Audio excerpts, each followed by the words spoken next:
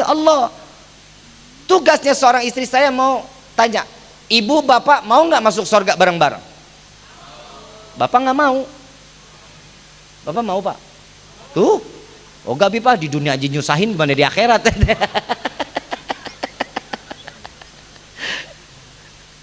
Ibu mau masuk surga berdua-duaan? Bu, bidadara nggak ada loh bu di surga. Yang ada bidadari. Ibu, maaf ya bu, maaf, seorang istri kurang ajar sama suami, jangan khawatir pak, senyum baik, senyum, terusin aja, terusin. Itu malaikat di atas ngedengar perkataan bidadari kepada Allah, ya Allah, cepat ambil laki-laki ini, bawa kepadaku, biar aku yang mengurus suami ini. Ibu nggak ngurusin, kita udah punya bidadari pak, tenang baik lah. Bapak tahu bidadari nggak pak? Satu iler bidadari, iler, tahu iler? Kalau bahasa Sunda iler apa? Apa namanya? Namanya nggak enak amat ya. Satu iler bidadari turun ke bumi, satu dunia wangi. Iler lu bu? Amit amit. Tenang pak, istri durhaka sama kita, bidadari udah disiapin buat kita pak, apalagi yang pasang jenggot. Yang pasang jenggot nih, satu helai jenggot, satu bidadari lagi bergelayutan. Luar biasa. Siap-siap yang punya jenggot, besok insya Allah botak, istri ini hari kerok.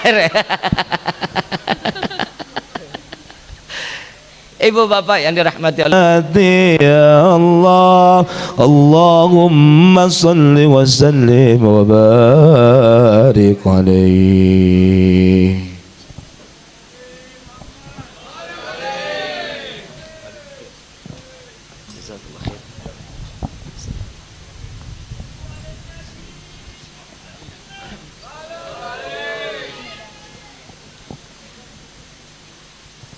Bismillahirrahmanirrahim. Assalamualaikum warahmatullahi wabarakatuh.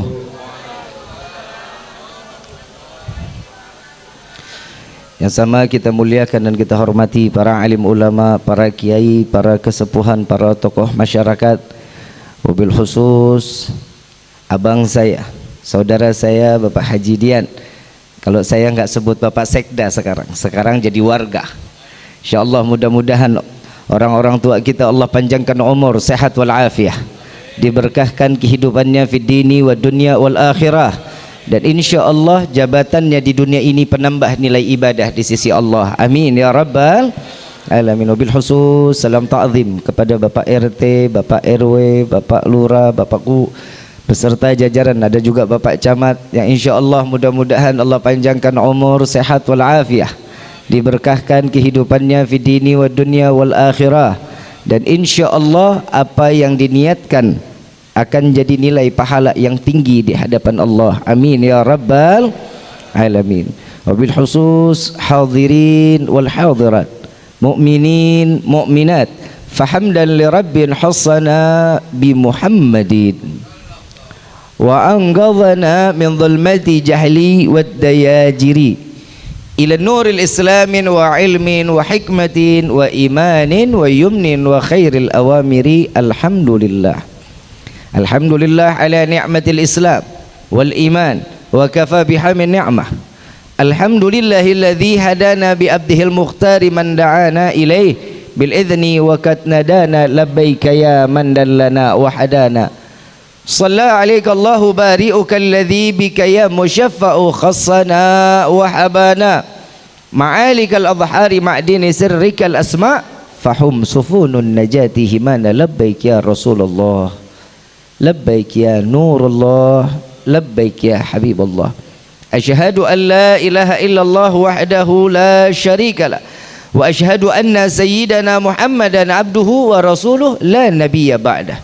Allahumma fasalli wa sallim wa karrim wa azim ala sayyidina wa habibina wa syafi'ina wa qurrata a'yunina wa nuril qulubina wa maulana Muhammad sallallahu alaihi wasallam wa ala alihi wa ashabihi wa azwaji wa dhurriyyati wa ahli baiti ila yaumiddin. Ibadallah, Usikum wa nafsi bittaqwallah faqad fadzal muttaqun. Qala Allah Ta'ala fil Qur'anil Karim, a'udzu billahi minasyaitonir rajim. Bismillahirrahmanirrahim. Ya ayyuhalladzina amanu ittaqullaha haqqa tuqatih wa la tamutunna illa wa antum muslimun. Wa qala aidan la in syakartum la azidannakum wa la in kafartum inna adzabi lasyadid. Subhanaka la ilma lana illa ma 'allamtana innaka antal alimul hakim. Rabbi shrah li sadri wa yassir li amri wahlul 'uqdatan min lisani yafqahu qawli. Rabbi zidna ilma warzuqna fahma walhamdulillahi rabbil alamin. Pertama-tama limpahan puji serta syukur kita panjatkan kehadirat Allah Subhanahu wa taala yang Maha Agung, yang Maha Luhur, yang Maha Bijaksana, yang alhamdulillah di malam yang penuh keberkahan ini Allah masih izinkan kita duduk bersama-sama dengan mencicipi dari sekian banyak miliar nikmat Allah berikan kepada kita, khususnya nikmat Islam, nikmat iman, nikmat sehat wal afiat, nikmat umur panjang yang insyaallah mudah-mudahan kenikmatan ini tidak Allah hapus sampai ajal menjemput kita. Dan mudah-mudahan kenikmatan yang didambakan bagi setiap hamba, yang diharapkan oleh setiap hamba dalam keadaan saat di mana dia matinya, mati dalam keadaan husnul khatimah. Amin ya rabbal alamin. Salawat beserta salam terlimpah curah keharibaan Nabi besar Muhammad sallallahu alaihi wasallam beserta keluarga, sahabat hingga umatnya sampai yaumil qiyamah. Amin ya rabbal alamin. Ma'asyal hadirin rahimakumullah. Tadi saya dengar kata Pak RT temanya 3. Tahun baru Islam, hari kemerdekaan, ulang tahun Kuningan. Kalau 3 tema berarti 3 amplop. Amplop, orang ngomong amplop aja emang salah. Suka perasaan. Tapi kalau serius nggak apa-apa. Ma'asyal hadirin rahimakumullah. Nih yang jadi mau dibahas yang mana dulu nih? Tahun baru dulu, kemerdekaan dulu. Tahun baru dulu. Kalau dibilang tahun baru Hijriyah, tahun baru Hijriyah ini identik sudah pasti tatkala di mana Nabi Muhammad sallallahu alaihi wasallam dijadikan satu rujukan oleh Sayyidina Umar ibn Khattab radhiyallahu anhu radhahu. Saat Nabi masih ada, tahun Hijriyah belum ada. Tapi tatkala wafatnya Nabi Muhammad sallallahu alaihi wasallam, kekhalifaan saat itu saatnya di mana Sayyidina Umar bin Khattab, beliau mencetuskan, mengingat untuk setiap hamba Allah, umat Nabi Muhammad tahu bahwasanya sejarah yang dilakukan oleh Rasul sallallahu alaihi wasallam agar terus teringat sampai yaumil qiyamah. Ada sahabat yang mengatakan, ya udah kalau kayak gitu dihitungnya dari mulai lahirnya Nabi, tahun hijriahnya. Kata Sayyidina Umar, saya nggak sependapat. Kenapa? Karena orang Nasrani Isa saat dilahirkan itu menjadi hari rayanya. Ya udah saat Nabi Isra wal Mi'raj. Jangan saat juga di mana Nasrani mengangkat Isa itu akan menjadi satu hari rayanya juga. Lalu Sayyidina Ali karamallahu wajhah beliau mengatakan, wahai Sayyidina Umar, bagaimana kalau kita hitung saat di mana saat Nabi Muhammad keluar dari Mekah pindah ke Madinah, saat hijrahnya Nabi ke Madinah, maka inilah dijadikan satu rujukan bahwa Nabi tatkala keluar dari Mekah sampai ke Madinah terhitung tanggal tahun 1 Hijriyah. Maka tatkala di saat itu sepakat Sayyidina Umar bin Khattab radhiyallahu anhu radhahu. Nah, Al-Imam Ghazali radhiyallahu anhu radhahu beliau mengatakan hijrah ini banyak perkataan atau istilah daripada hijrah. Orang Cijoho pindah ke Ancaran namanya hijrah. Orang Ancaran pindah ke Cilimus namanya hijrah. Dari tempat ke tempat lain ini dikatakan hijrah. Tapi di dalam syariat, di dalam agama Islam, bahwa hijrah itu yang sesungguhnya dari perbuatan maksiat pindah ke perbuatan taat. Inilah yang dikatakan hijriyah atau hijrah. Setiap manusia ini punya fase di dalam kehidupan. Gak mungkin kita hidup dari lahir sampai mati bener terus. Ada yang begitu? Kecuali Nabi Muhammad SAW. Masing-masing hidup kita punya masa kelam. Betul nggak? Dulunya Kalau dibilang tuh dulunya haram jadah, sekarang ahli sejadah, ada kan? Ada. Ini istilah-istilahnya aja. Tapi insya Allah warga khususnya perumahan apa? BTN yang saat ini ada di hadapan saya, insya Allah ini orang-orang soleh semuanya, soleh-soleha semuanya. Amin ya Rabbal alamin. Sesuatu yang tadinya tidak baik menjadi baik, ini adalah salah satu yang diinginkan oleh Allah Subhanahu wa ta'ala. Bib, kenapa sih kok kita harus berbuat baik? Kenapa kita harus taat? Kenapa kita harus ibadah? Setelah dijatuhkan bahwa seseorang itu baligh, wajib setiap syariat wajib dijalankan. Kenapa? Contoh, kita terlahir dalam keadaan kotor apa suci? Suci. Nggak ada yang kotor ya? Nggak ada yang kotor. Sama seperti kalau saya pinjam sama Pak Haji Dian, saya ketok rumah Pak Haji, saya pinjam cangkir, kira-kira dikasih yang kotor apa yang bersih cangkirnya? Pasti yang bersih kan Pak Haji kan? Saat saya bikin kopi, kotor cangkirnya, cangkir kotor, saya nggak sempat cuci, saya kembaliin dalam keadaan kotor. Pak Haji terima kasih banyak ya. Kira-kira yang punya cangkir marah, kesel atau enggak? Kesel, kualat, minjem Habib. Kalau manusia mah pastinya kesel. Orang dikasih bersih masa kembalinya kok. Seorang yang punya adab, seorang yang punya akhlak, diterima bersih, kembalikan dalam keadaan bersih. Begitupun Allah. Saat kita keluar ke dunia ini dalam keadaan suci, bersih, gak ada cacat sedikit pun di dalam dosa, maka harapan Allah setiap hamba kembali dalam keadaan suci. Makanya kita setiap kali doa, ya Allah biha, ya Allah biha, ya Allah bihusnil khatimah. Minta dalam keadaan baik, dalam keadaan ibadah kematian ini, maka sesungguhnya kematian inilah yang diharapkan oleh Allah agar dikumpulkan bersama kekasih Sayyidina Muhammad sallallahu alaihi wasallam. Itu yang pertama, masalah hijrah. Yang kedua, hijrahnya seseorang yang diajarkan oleh Nabi Muhammad sallallahu alaihi wasallam. Coba kita lihat sahabat-sahabat Nabi, Sayyidina Abu Bakar, Sayyidina Umar, Sayyidina Uthman, Sayyidina Ali. Mereka orang yang hijrah. Sayyidina Ali dari kecil memang sudah yakin kepada Nabi bahwa Nabi Muhammad adalah utusan Allah. 3 sahabat Nabi ini, Sayyidina Abu Bakar, Sayyidina Umar, Sayyidina Uthman, dulunya musuh Nabi, gak senang dengan Nabi, tapi Allah berikan hidayah di dalam dirinya. Nah, ini kita ngomongin hidayah sekarang. Boleh ya?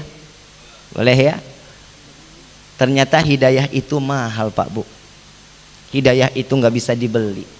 Kita punya uang sebesar apapun, sebanyak apapun, gak bakal bisa beli hidayah. Contoh, tahu Sayyidina Ibrahim? Tahu Sayyidina Ibrahim, Nabi Ibrahim tahu? Tahu dari mana lu? Oh, namanya aja. Contoh Nabi Ibrahim.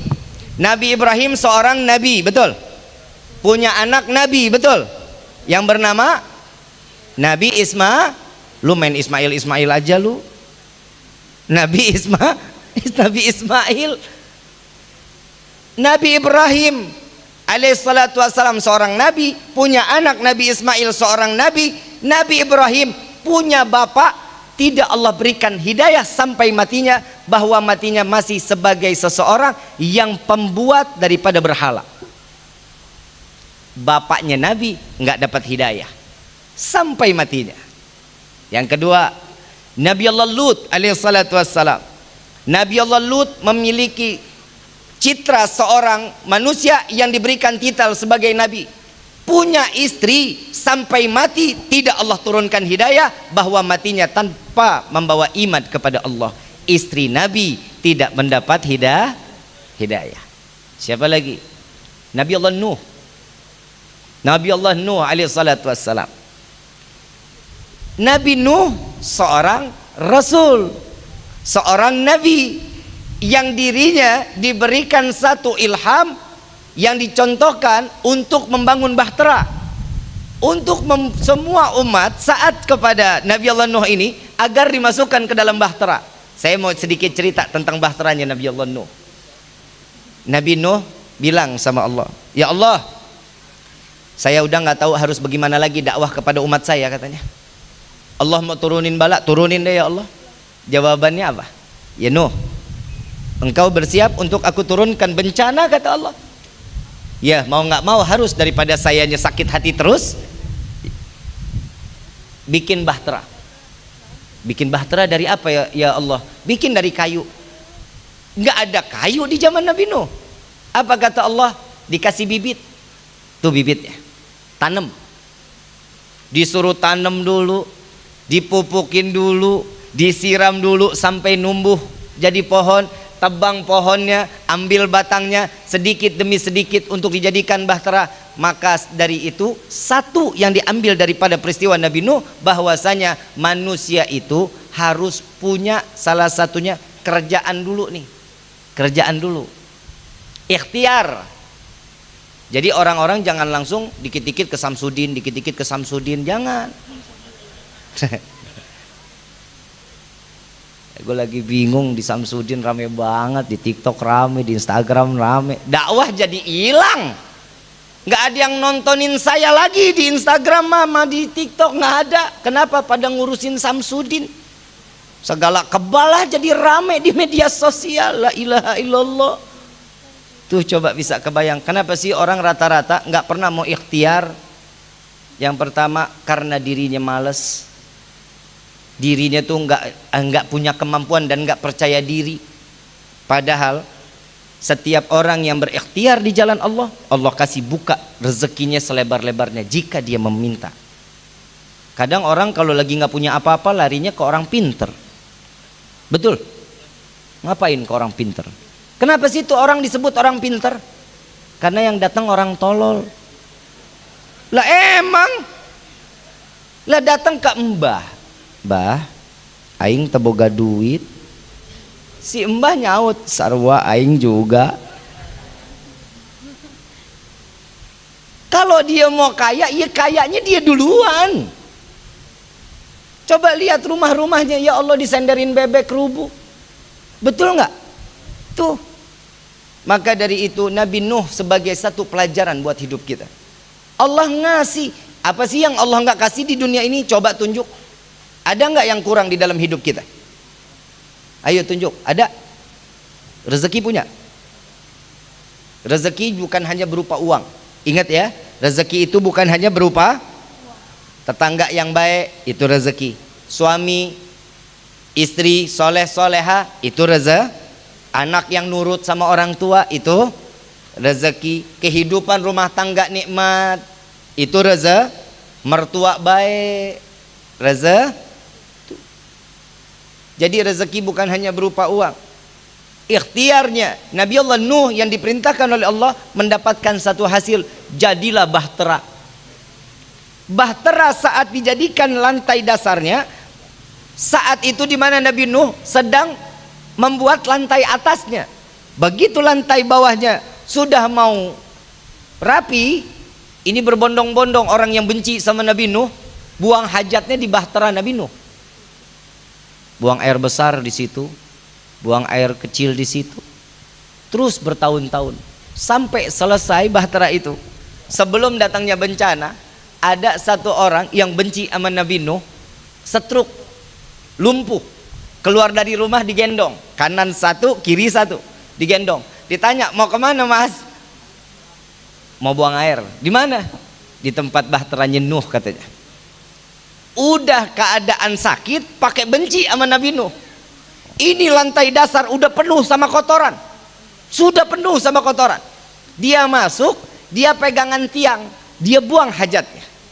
Begitu dia bangun, saat tiang itu dipegang, kepleset, jatuhnya di kotoran. Begitu jatuh di kotoran, subhanallah, bangun, stroke-nya sembuh.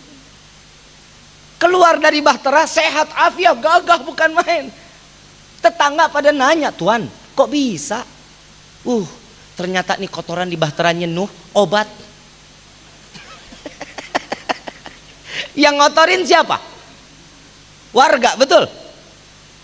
Dipikirnya mau nyusahin Nabi Nuh, ternyata warga berbondong-bondong, ada yang bawa kendi, ada yang bawa rantang, ada yang bawa sekop. Buat apa? Ngebersihin kotoran biar jadi obat. Allah caranya, betul nggak? Cara dibersihin lagi. Dia yang buang, dia yang bersihin. Subhanallah, sallu ala Nabi Muhammad. Lihat ya, Allah tuh kalau ngasih satu pelajaran dalam hidup pasti ada makna di dalam hidup kita. Setelah sudah bersih, Allah siapkan, Nuh, bawa umatmu masuk ke dalam bahtera. Semuanya berpasang-pasangan. Binatang semua berpasang-pasangan. Nah, tuh binatang sampai gini hari tuh kita dapetin tuh. Tuh kalau nggak diselamatin sama Nabi Nuh, nggak tahu binatang kita. Yang namanya jerapah masuk berdua sepasang, burung masuk sepasang, semua sepasang-sepasang, kecuali umat manusia masuk terus menerus. Siapa yang nggak dapat hidayah? Anaknya yang bernama Kan'an. Ya bunayya, pergi katanya. Wahai ayahku, pergilah. Aku tidak akan pernah ikut denganmu. Aku akan naik ke atas bukit yang paling tinggi, sehingga Tuhanmu tidak akan pernah dapat menghempaskanku katanya. Ternyata bahteranya jalan, ini gunung ketutup luar biasa sama bah di saat itu yang diturunkan oleh Allah. Tersapulah Kan'an sampai ke negeri Cina. Makanya disebut Kan'an Sin. Terhempas sampai ke negeri Cina. Sampai matinya anak Nabi tidak Allah berikan hidayah. Siapa lagi? Paman baginda Rasul sallallahu alaihi wasallam. Sampai matinya tidak mendapatkan hidayah. Coba kita lihat betapa mahal hidayah tersebut. Maka alhamdulillah Nabi memberikan satu kabar gembira kepada setiap umat. Orang yang duduk di majlis ini mau nggak mau pasti dapat rahmatnya Allah. Dicurahkan kasih sayang Allah. Pulang dari sini ditiupkan hidayah. Amin ya rabbal. Ibu bapak datang ke sini juga petunjuk dari Allah. Kalau ibu bapak bukan karena hidayah, nggak akan bapak ibu datang ke sini. Mendingan duduk di dalam rumah, mana angin lagi kencang. Betul. Nonton sinetron lebih enak. Tapi kenapa ibu sama bapak datang ke sini? Allah yang menggerakkan pikiran hati untuk duduk di dalam majlis yang mulia ini. Insya Allah, alhamdulillah. Faham masalah hidayah, sudah faham? Berarti hijrah sudah faham, hidayah sudah faham. Kalau sudah faham kita tutup sama doa. Udah faham belum? Dari tadi saya ngomong nggak paham-paham. Perasaan saya ngomong bahasa manusia ini. Inilah yang dikatakan oleh Allah Subhanahu wa taala. Yang ketiga, ayyuhal hadirun, Allah menginginkan kita bertaubat kepada Allah. Masa dari tahun ke tahun kita hidup begini-begini aja? Nabi mengatakan orang yang hari ini lebih baik dari hari kemarin, dia orang yang beruntung. Orang yang paling beruntung hari ini jauh lebih sedikit amaliyahnya dibanding besok lebih banyak amalannya, itu jauh lebih beruntung. Kalau kita nih gimana nih? Hidup hari ini sama kemarin sama aja, atau lebih baik atau lebih buruk? Nggak usah dijawab, dalam hati aja. Kalau dijawab mah malu. Betul nggak? Sekarang gini, sehari semalam kita sholat berapa waktu? 5. Sholat subuh jam berapa? Jam 2.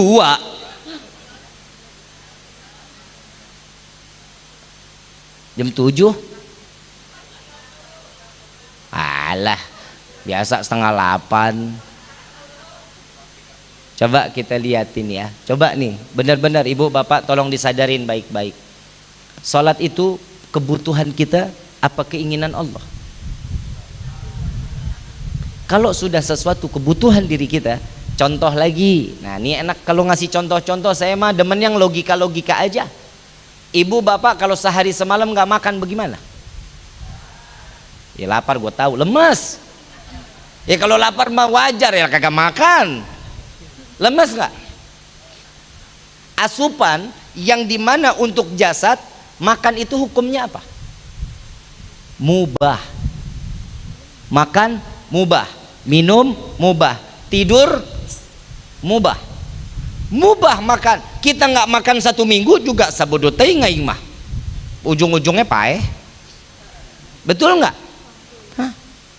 Tapi saat asupan ini Karena jadi satu kebutuhan di dalam hidup, yang nggak makan gizinya kurang, betul?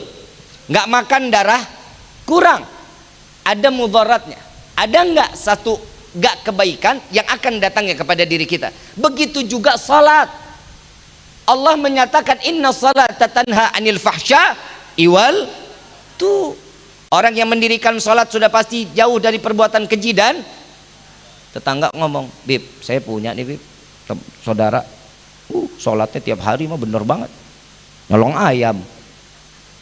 Untung nyolong ayam itu juga sholat. Coba kalau nggak sholat bisa nyolong mobil, nyolong motor. Enggak, itu jawabannya enggak begitu, enggak. Dia baru mengerjakan sholat, belum mendirikan sholat. Emang beda Bib, mengerjakan sama mendirikan? Beda. Kalau mengerjakan itu sekedar untuk menggugurkan kewajiban, itu mengerjakan. Tapi mendirikan, sholatnya kita dipakai di dalam keaplikasian di dalam kehidupan kita. Orang ruku tunduk berarti sama orang yang lebih tua. Sujud, nih masalah sujud nih. Ini kepala terhormat apa enggak? Terhormat apa enggak? Kepala negara, kepala rukun tetangga, kan begitu ya? Kepala rukun warga, kan begitu? Kepala, kenapa disebut kepala? Karena ini terhormat. Bagian tertinggi kepala. Kalau orang Cijoho dipukul kepalanya marah apa enggak? Ya marah lah, orang ini kepala difitrahin Habib. Coba lihat dalam keadaan sujud, kepala sama apa nih? Bujur. Bujur. Lagi sujud lebih tinggi mana? Ada nggak yang rata? Sujudnya tengkurap dong.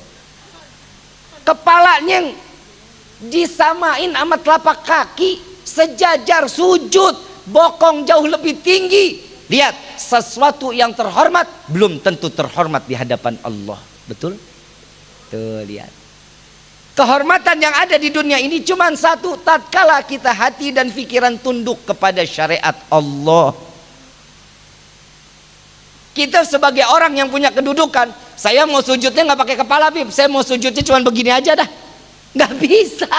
Syariat nggak boleh, tetap kepala harus ada di bawah. Di bawah. Itu keinginan Allah. Berarti di dunia ini tidak ada yang lebih terhormat kecuali Allah. Faham sampai sini? Ini tugas kita sebagai hamba untuk ibadah kepada Allah. Tadi Habib Muhammad ngomong, kemerdekaan yang ada di Indonesia ini atau di negeri kita ini jangan sekali-kali dinodai dengan cara yang nggak wajar. Yang nggak wajar dalam arti apa? Panggung gede isinya dangdut, yang joget aduhai, pakaiannya bohai, yang nonton ahai. Betul nggak? Norma kemerdekaannya di mana? Ada nilai kemerdekaannya. Saat dulu para pahlawan keringatnya keluar, darahnya keluar, nyawanya dilepasin dari jasadnya. Untuk apa? Ngerebut kemerdekaan. Kalau ada sejarah mengatakan merdekanya Indonesia adalah hadiah dari Belanda, demi Allah dusta. Semua itu karena rahmat dan keridhaan Allah. Ada fasenya di dalam peristiwa kemerdekaan tersebut, para penjajah habis dipukul mundur. Yang di dalamnya selain pahlawan yang kita kenal, ada juga para alim ulama, ada santrinya. Mereka berbondong-bondong untuk apa? Menjaga satu kebinekaan tunggal ikaan di dalam Indonesia ini, untuk dijaga agar ke tangan para penerus bangsa dapat lebih manfaat dan bisa memanfaatkan Indonesia untuk kemajuan Indonesia sendiri. Insya itu para pahlawan. Masa kita ridho mereka berdarah-darah, ketembak, mati? Kalau logika lagi, masa bambu runcing menang sama tank? Logikanya di mana? Tank, tahu tank? Tahu tank, Bu? Woi, Bu, sare. Tahu tank Bu, tank? Masa bambu runcing menang? Kalau bukan, nih kalau ukuran akal nggak bakal sampai akal kita mah Pak. Yang namanya bambu runcing udah pasti kalah, orang ketemunya tank. tapi berkah daripada rahmat Allah, dan ini diabadikan di dalam Undang-Undang Dasar 1945. Tuh kita lihat, dengan rahmat Allah, tuh, dengan kasih sayang Allah diserahkan Indonesia ini untuk siapa? Untuk orang-orang yang memerlukan keuntungan daripada Indonesia ini. Nih tinggal tugas kita tuh ngejaga. Tugas kita tuh ngejaga. Ngejaganya dari apa? Dari orang-orang yang nggak baik. Ya, ada sesuatunya. Kalau kemerdekaan ke panggung-panggung dangdut, wajar apa enggak?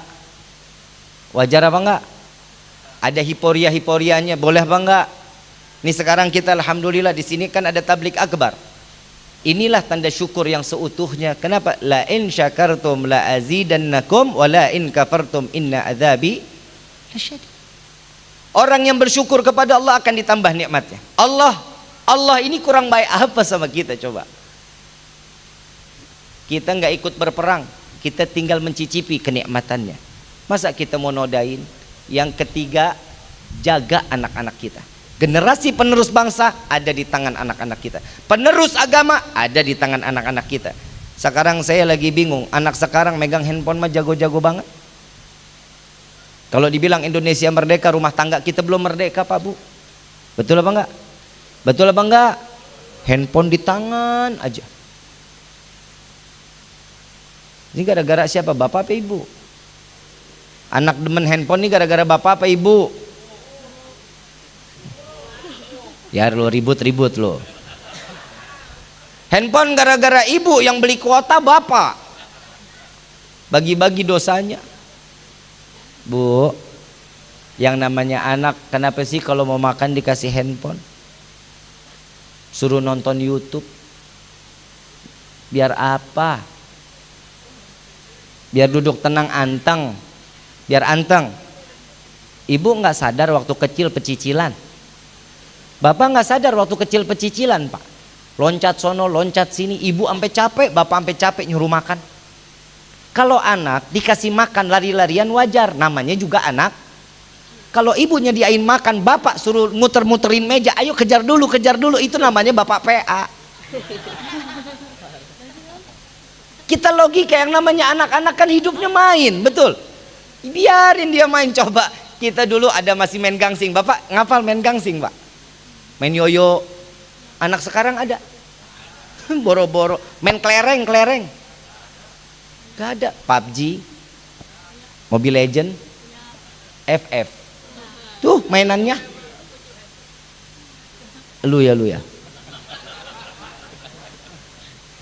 tuh sekarang yang begitu-begitu. Pak maaf Bu, maaf, saya masuk Kuningan ini 2011. Saya dakwah di Kabupaten Kuningan ini 2011, saya udah masuk di Kabupaten Kuningan. Saya ngelihat kalau setiap mau maghrib jam 5 sore itu anak-anak pantar-pantar segini nih udah pakai peci, koko, kain, pegang kitab kuning, jalan ke musola. Sampai detik ini udah nggak ada Pak yang begitu, nggak ada. Maghrib masih pada main sepeda. Kita ingat dulu waktu kecil saya jam 5 belum mandi, belum pakai koko, belum pakai kain, belum pakai peci, digebukin dari kaki sampai paha sampai biru semuanya. Saya sampai bilang sama mama nih ibu tiri ibu kandung sih mah. Main gebugin aja. Ternyata manfaatnya sampai gini hari. Bukan berarti orang tua itu benci sama kita, bukan, tapi ngedidik untuk dipatri anak ini makin taat sama Allah. Kenapa? Karena rezeki yang Allah titipkan lewat orang tua kita ini anak. Buat apa? Nyelamatin orang tua nanti di yaumil kiamah. Kalau kita nyelalai di dunia, mungkin gak orang tua kita selamat? Gak bakal mungkin. Maka itulah didikan orang tua. Bu, saya cuma mau ngasih tahu kemerdekaan Indonesia ini alhamdulillah sekarang udah masuk ke 77 ya. 77 tahun. 77 tahun kita menikmati kemerdekaan ini. Tolong merdekakan juga rumah tangga kita. Saya nggak lagi lah bahas kemerdekaannya, udah insya Allah kita sejarah kita udah pada tahu semuanya. Tapi saya cuma ingin gedobrak hati setiap orang tua. Tolong setiap suami, nih hati-hati nih Pak. Bapak, oi, lu sare juga lu. Pokoknya yang serius yang depan doang. Oh no ya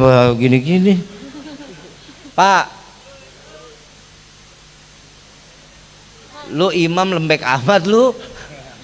Tegas gitu Pak. Nah gitu, ngapa jadi laki-laki? Pantesan LGBT banyak modelnya begini.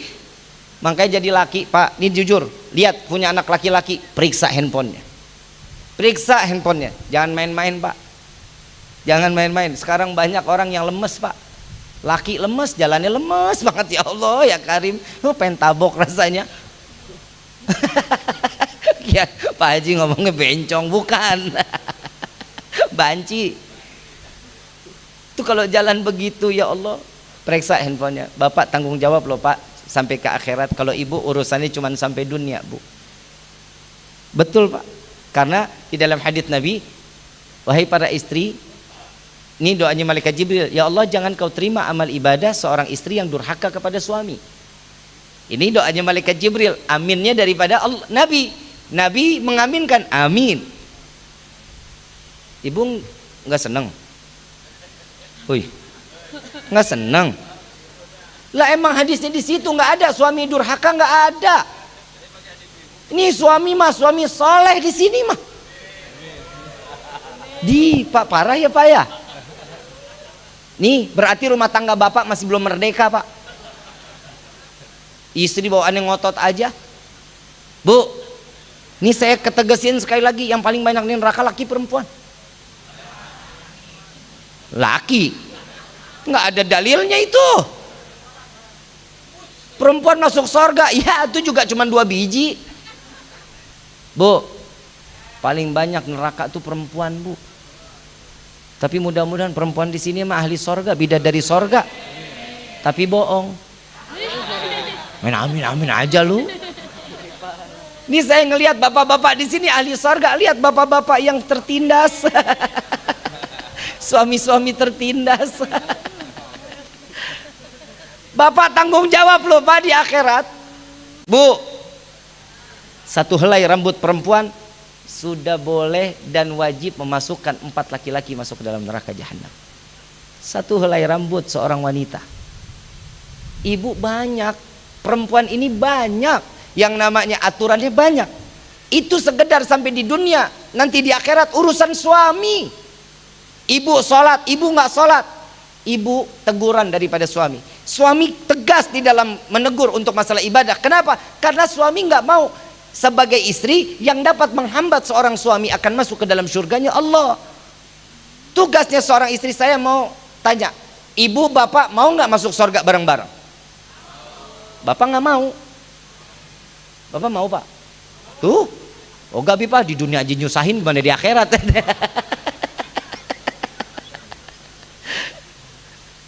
Ibu mau masuk surga berdua-duaan? Bu, bidadara nggak ada loh Bu di sorga. Yang ada bidadari. Ibu, maaf ya Bu, maaf, seorang istri kurang ajar sama suami, jangan khawatir Pak, senyum baik, senyum, terusin aja, terusin. Itu malaikat di atas ngedengar perkataan bidadari kepada Allah, ya Allah cepat ambil laki-laki ini, bawa kepadaku biar aku yang mengurus suami ini. Ibu nggak ngurusin, kita udah punya bidadari Pak, tenang baik lah. Bapak tahu bidadari nggak Pak? 1 iler bidadari, iler, tahu iler? Kalau bahasa Sunda iler apa? Apa namanya? Namanya nggak enak amat ya. 1 iler bidadari turun ke bumi, 1 dunia wangi. Iler lu Bu? Amit-amit. Tenang Pak, istri durhaka sama kita, bidadari udah disiapin buat kita Pak. Apalagi yang pasang jenggot yang pasang jenggot nih ya, 1 helai jenggot, 1 bidadari lagi bergelayutan. Luar biasa. Siap-siap yang punya jenggot, besok insya Allah botak, istri ini hari kerok. Ibu bapak yang dirahmati oleh Allah, tanggung jawab seorang wanita itu yang pertama, jaga kehormatan keluarga, jaga kehormatan suami, jaga harta suami, jaga diri untuk suami. Itulah yang diinginkan oleh Nabi Muhammad SAW. Masa rumah tangga kita maunya begini terus Pak? ibadah kita nafsi-nafsi, kehidupan nafsi-nafsi sendiri-sendiri. Saya cuma sampai selalu saya bicara, mau itu di TikTok, mau itu dimanapun saya bicara, tolong yang namanya perempuan jangan pernah ikut di proses pemakaman. Tolong jangan. Kenapa? Banyak mudaratnya. Jika seorang wanita ikut di dalam proses pemakaman, yang pertama, jika auratnya terbuka, ini perempuan kan aurat nih. Ini kan aurat nih. Betul. Satu helai rambut ini kan belum tentu kita rapihin terus. Satu helai rambut aurat yang terlihat siksaan buat jenazah. Ibu ya. Nanti kalau sudah selesai proses pemakaman, ibu mau datang silahkan. Sudah tabur bunga, udah apa, silahkan datang ziarah, nggak apa-apa. Tapi saat proses tolong jangan ikut. Paham ya? Habib, ini orang tua saya, sekalipun orang tua, doa itu jauh lebih baik. Ya, jangan sisain bekas kepada orang tua tatkala orang tua ingin masuk ke liang lahatnya.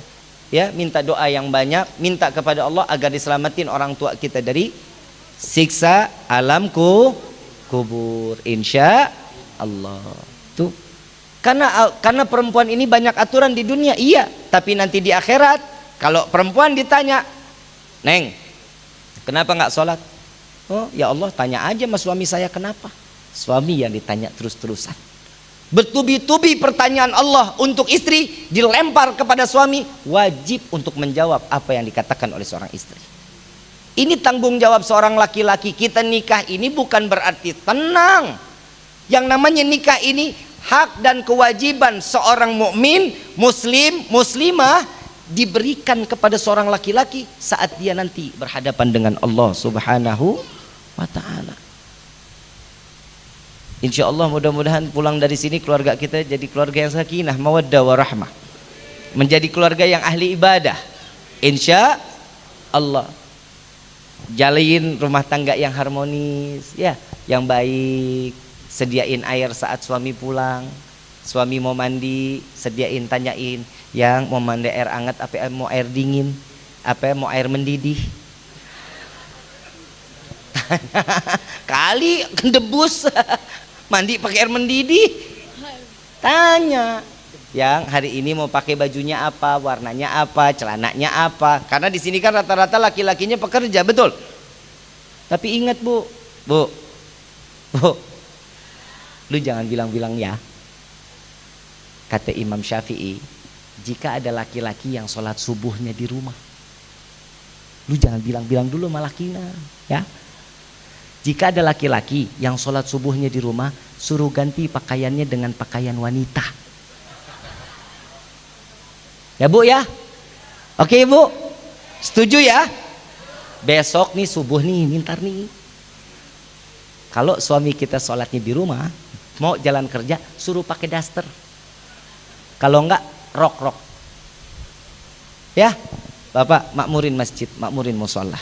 Ya, kecuali udzur, silahkan. Kenapa? Berkahnya seorang suami, rezeki tatkala dia keluar dari rumah menuju musholah atau masjid, Allah berkahin rezekinya. Insya tugasnya ibu apa? Doa. Salat duha 2, 4, 6, 8. Tapi usahain jangan 2, 4, 6, 8. Minta sama Allah, ya Allah jika ada rezeki kami yang dari atas, turunkan. Yang jauh, yang di dalam tanah, keluarkan. Seorang suami yang ikhtiar, rezeki ibu melalui doa itu akan diberikan oleh Allah. Insya Allah. Faham sampai sini? Insya Allah. Berarti Kabupaten Kuningan ini sekarang yang keberapa? 524. Berarti 524 tahun yang lalu Allah berikan keberkahan pada Kabupaten Kuningan. Insya Allah, dan alhamdulillah sampai detik ini Kabupaten Kuningan menjadi salah satu tolak ukur baldatun thayyibatun wa rabbun ghafur. Tempat atau dari kabupaten yang ada yang hidupnya rukun, senang antara satu dengan yang lainnya. Alhamdulillah Pak Haji Dian, sampai sekarang kita nggak pernah ada kerusuhan ya. Alhamdulillah nggak pernah ada kerusuhan, ada konflik antara ormas atau apapun, itu masalah kecil semuanya bisa hilang. Berkah apa? Doa para leluhur kita. Tolong dijaga kebudayaannya, dijaga daripada akhlak dan adabnya seorang Kabupaten Kuningan yang menjadi darah daging Kabupaten Kuningan. Bawa keberkahan pada negeri ini. Dengan kabupaten ini, insya Allah negeri kita ini mendapat virus yang baik. Insya Allah. Saya jujur Pak, saya KTP masih DKI. Tahadutan bini demi Allah, KTP saya masih DKI. Soalnya Pak Haji Dian belum ngasih ACC saya menjadi warga negara Kabupaten Kuningan. Saya KTP masih DKI. Setiap saya diundang ke luar negeri, saya diundang ke luar kota, saya selalu bilang, Habib tinggalnya di mana? Di Kabupaten Kuningan. Daerah mana? Cirebon, lewatin. Insya Allah Pak, semua saya kasih tahu Kabupaten Kuningan. Mudah-mudahan Kabupaten Kuningan ini bisa tambah makmur. Banyak daripada kemarin Pak Haji, betul-betul saya dapat rombongan dari Lampung datang ke saya. Habib, ternyata Kabupaten Kuningan enak. Buka bisnis apa Habib di sini? Satu investasi, insya Allah. Ini tanggal 11 artis-artis Malaysia insya Allah mau datang ke Kabupaten Kuningan. Tuh, senang nggak? Senang. Biar kita, saya walaupun nggak hidup di pariwisata, saya bawa orang-orang itu untuk tahu Kabupaten Kuningan. Biar kita tahu ini loh Kabupaten Kuningan yang bisa menjadi satu tolak ukur dan dibawa ke negerinya, dibawa ke daerahnya untuk menjadi tolak ukur agar warganya baldatun thayyibatun wa rabbun ghafur. Insya tuh menjadi orang-orang yang soleh, orang-orang yang taat. Saya kasih nanti ada waktunya dia untuk kemana ziarah ke Kabupaten Kuningan ini. Kita punya makam-makam besar yang ada di Kabupaten Kuningan ini. Ya, ibu bapak, dijaga kebudayaan Kabupaten Kuningan, dijaga betul-betul. Untuk apa? Untuk menjadi satu keberkahan, untuk terus satu turun menurun kepada anak cucu kita. Amin ya rabbal alamin. Ayyuhal hadirun jamaah rahimakumullah. Dari apa yang disampaikan hari ini, di malam ini sekarang udah jam 10:30 lu, jam 10. Oh, jam saya rusak berarti. Ini kita sampai jam berapa? Jam 2 ada, jam 2 ya? Setuju nggak? Gua mah nggak. Copot ibu lidah saya bapak. Ibu bapak yang dirahmati oleh Allah. Yang pertama saya cuma mau ngingetin, yuk hati kita ini dibenerin. Kalau hati benar, insya Allah semua anggota badan kita benar. Hati ini tergantung dari apa? Dari asupan makanannya. Kalau yang haram, pasti hati akan menjadi kotor. Kalau yang remang-remang aja, hati juga bakal keruh. Jadi masukin sesuatu yang halal. Kalau masuk yang halal, saat kita makan, hati pun akan menjadi sesuatu hati yang bersih, yang taat, yang ibadah, yang ingat sandarkan hati kita kepada Allah. Yang kedua, baca dan selalu zikir dalam hati kita. Alladzina amanu wa tatma'inul qulubuhum bidzikrillah. Ala bidzikrillahi wa tatma'inul qulub. Seseorang, setiap hamba, setiap manusia ditugaskan untuk mengingat Allah. Kenapa? Saat kita mengingat Allah, hati yang tadinya keras menjadi lembut, diberikan cahaya, sehingga kita kalau berdoa nggak bisa nyebut nama Allah, air mata kita keluar. Organ tubuh 7 yang akan menjadi saksi di yaumil qiyamah. Mata ini akan menjadi saksi di yaumil qiyamah. Telinga akan menjadi saksi di yaumil qiyamah.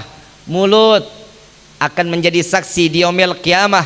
Tangan akan menjadi saksi di yaumil qiyamah. Kaki akan menjadi saksi di yaumil qiyamah. Dan yang paling ini paling bahaya, kemaluan. Kemaluan ini pun akan bersaksi di yaumil qiyamah.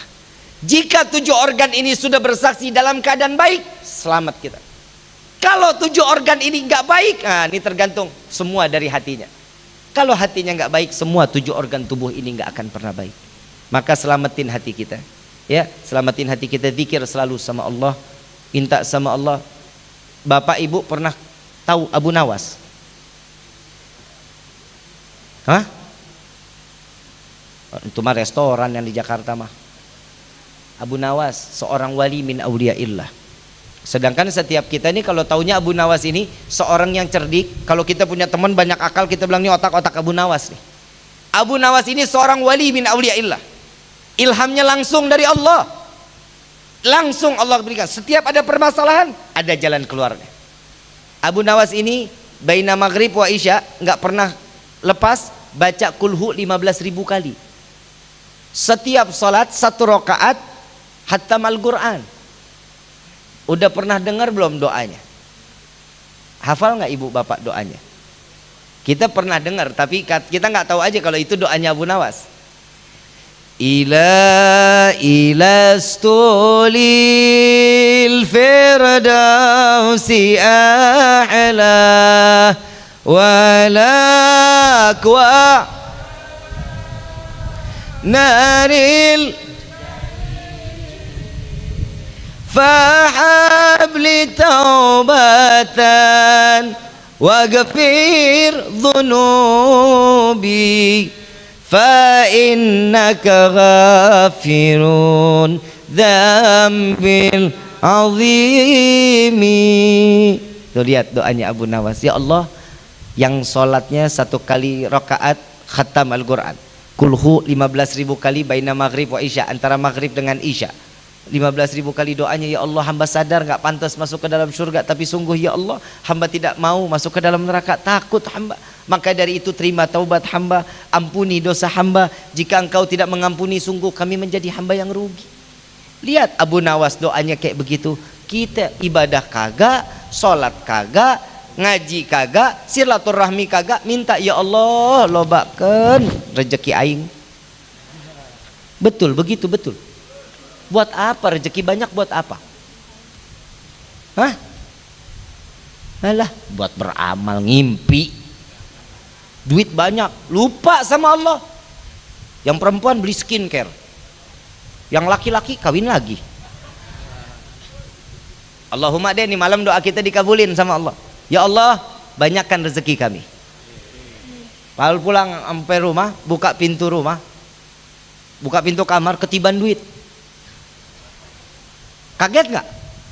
Kena jantung pae. Manfaat duitnya. Manfaat. Mintanya apa? Ya Allah, berkahkan rezeki kami. Mintanya rezeki yang mau jadi orang kaya apa mau hidup berkah? Mau kaya apa mau berkah? Mintanya ya Allah, jadikan kami orang yang kaya raya juga orang kaya mah banyak yang ditangkap KPK, orang kaya duitnya triliunan. Tuh 1 triliun, pernah lihat duit 1 triliun? Sarua aing juga. Tuh kalau dibeliin cendol, nih perumahan BTN tenggelam. Banyak loh duit segitu mah. Tapi berkah? Enggak. Tapi alhamdulillah. Nah, sekarang saya mau tahu nih, mau tanya, tahu nggak sih arti berkah? Tadi selalu kita minta ya Allah berikan kami keberkahan, Habib minta berkah. Tahu nggak arti berkah? Tahu? Mengambil satu kemanfaatan, keuntungan dari kebaikan orang tersebut, itu namanya berkah. Contoh, duit di kantong belum habis udah datang lagi, itu namanya berkah. Paham? Paham? Giliran duit paham lu. Duit di kantong belum habis udah datang lagi, itu namanya berkah. Berkah itu nggak bisa dilihat. Saya mau tanya, tahu cabe? Tahu cabe? Pernah makan cabe? Rasanya apa? Pedas bisa dipegang, pedas bisa dilihat. Sama begitu juga berkah. Yang pedas itu bisanya sama, berkah juga cuman bisanya dirasa. Hidup tenang, rumah tangga makmur, hidup senang, itu namanya berkah dalam hidup. Ya, mudah-mudahan kita rezeki kita diberkahi oleh Allah. Amin ya rabbal. Minta sama Allah yang kedua. Doa yang kedua kita selalu minta, ya Allah, panjangkan umur kami. Betul? Betul? Mau panjang umur? Yang lain mati kita sendirian mau? Mandi sendiri, kain kafan sendiri, ngegelinding sendiri, nguruk sendiri, mau? Minta rezekinya udah, minta umur panjang dalam taat ibadah kepada Allah. Silaturahmi, nih salah satunya nih. Ini silaturahmi gini yang pertama nih akan panjangin umur kita nih. Yang kedua rezekinya akan diberkahin Allah. Yang ketiga, matinya dalam keadaan membawa iman ke hadapan Allah.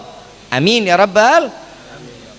Yang ketiga, kita sering minta juga, ya Allah matikan kami, masukkan kami ke dalam syurgamu. Mintanya begitu kan? Emang kita pantas masuk surga? Hah? Boro-boro. Ibu bikin kopi aja cemberut buat suami. Bu, besok nih suami mau berangkat kerja, bikin kopi bu, sambil sholawat sambil senyum. Ibu ya, begitu mau dekat sama suami pensiun, ya udah bikinnya sambil goyang. Tangannya bapak, lu mah seneng aja lu. Tangannya goyang. Kalau nggak goyang gulanya mana bisa larut. Bawa senyum. Makan siang sediain senyum. Sore nyediain lagi ubi, singkong, ngopi, senyum. Makan malam sediain lagi senyum. Insya Allah besok pagi ibu dibawa ke rumah sakit jiwa sama bapak. Lah hidup nggak pernah senyum, tiba-tiba senyum, baik kan gitu kan? Ibu ya, senyum. Itu amaliyah paling gampang.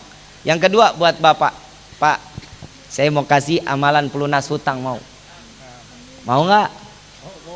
Ibu mau nggak dikasih amalan pelunas hutang, mau? Bayar. Lah emang amaliyahnya apa? Bayar. Rezeki berkah dan Allah berikan rezeki bertubi-tubi, mau apa enggak? Ini ada nih, catat baik-baik ya. Sekarang hari apa? Selasa. Hari Jumat saat khatib duduk dari khutbah pertama. Ingat baik-baik ya. Saat khatib duduk di khutbah pertama. Ya, saat duduk kan biasanya ada yang sholawat tuh. Ya, Bilal sholawat. Saat Bilal sholawat, kita baca ya Ghani ya Mughni ya Ghani ya Mughni ya Ghani ya Mughni ya Ghani ya Mughni ya Ghani ya Mughni ya Ghani ya Mughni ya Ghani ya Mughni ya Ghani ya Mughni ya Ghani ya Mughni ya Ghani ya Mughni aghnini. Jadi ya Ghani ya Mughni dibaca 40 kali, setiap 10 kali aghnini. Setiap 10 kali ya Ghani ya Mughni ya Ghani ya Mughni aghnini. Berarti ya Ghani ya Mughni berapa kali? 40. Aghnininya berapa kali? 4 kali. Ya, Bib, saya belum selesai, tapi khatib udah naik lagi di khutbah kedua. Terusin. Dalam waktu dekat kita nggak sangka-sangka rezeki akan datang kepada kita bertubi-tubi. Insya Allah. Mudah-mudahan di hari ini ilmu yang keluar manfaat. Dan ilmu yang saya disampaikan ini khususnya manfaat juga buat diri saya pribadi. Insya saya minta khusus doa. Saya minta khusus doa untuk istri saya tercinta, ya, Syarifah Rizka Faradiba bin Syahab, yang saat ini masih kurang sehat, alhamdulillah, tapi udah keluar dari rumah sakit. Minta doanya dan doakan juga baby yang ada di dalam kandungannya dijadikan baby yang saleh-salehah. Amin ya rabbal alamin. Dan khusus nih buat teman saya nih yang lagi ada nonton di TikTok nih Pak dan di YouTube, saya minta kepada Allah disaksiin sama bapak sama ibu, saya minta keikhlasan doanya buat Revan Kumbara ketua Getra wilayah Banda Aceh, Provinsi Aceh. Mudah-mudahan Allah berikan keistiqomahan kepada beliau, diberikan keberkahan di dalam kehidupannya, dan insya Allah bisa membawa Aceh jauh lebih baik. Insya hadihin niyah, dan khususnya buat kita semua. Allah panjangin umur kita, sehat afiah, dengan apa yang kita minta semua dikabulin nama Allah. Dan buat Haji Dian beserta kawan-kawan semua bapak-bapak yang ada di sini yang dalam keadaan masih merintis di dalam pekerjaannya, Allah lancarin di dalam pekerjaannya. Allah jauhkan segala bentuk fitnah dunia wal akhirah. Amin ya rabbal alamin. Hadhihi niyah wa likulli niyatin salihah wa ila hadratin nabiyil mustafa sallallahu alaihi wasallam bisirril Fatihah. A'udzubillahi minasyaitonir rajim. Bismillahirrahmanirrahim. Alhamdulillahirabbil alamin arrahmanir rahim maliki yaumiddin. Iyyaka na'budu wa iyyaka nasta'in. Ihdinas siratal mustaqim. Siratal ladzina an'amta 'alaihim ghairil maghdubi 'alaihim waladdallin. Amin amin ya rabbal alamin. Saya mau kasih satu sholawat. Sholawat ini kalau ada airnya dibuka. Yang punya air, airnya dibuka. Insya Allah salawat ini yang punya penyakit sakitnya diangkat sama Allah. Yang hatinya dalam keadaan sempit Allah bukakan, Allah lapangkan hatinya. Insya Allah. Allahumma salli ala Sayyidina Muhammadin tibil wa dawaiha wa abadan wa nuril absari wa dhiyaiha wa ala alihi wa sahbihi wa sallim. Allah Allahumma jamil hadathana Muhammad tafarruq bima'i tafarruq ma'suma wala ma'min wala syakir wala hahuma. Allahumma bihaqqi salli Muhammad sallallahu alaihi wasallam. Allahumma tashfi shifa shifa zakara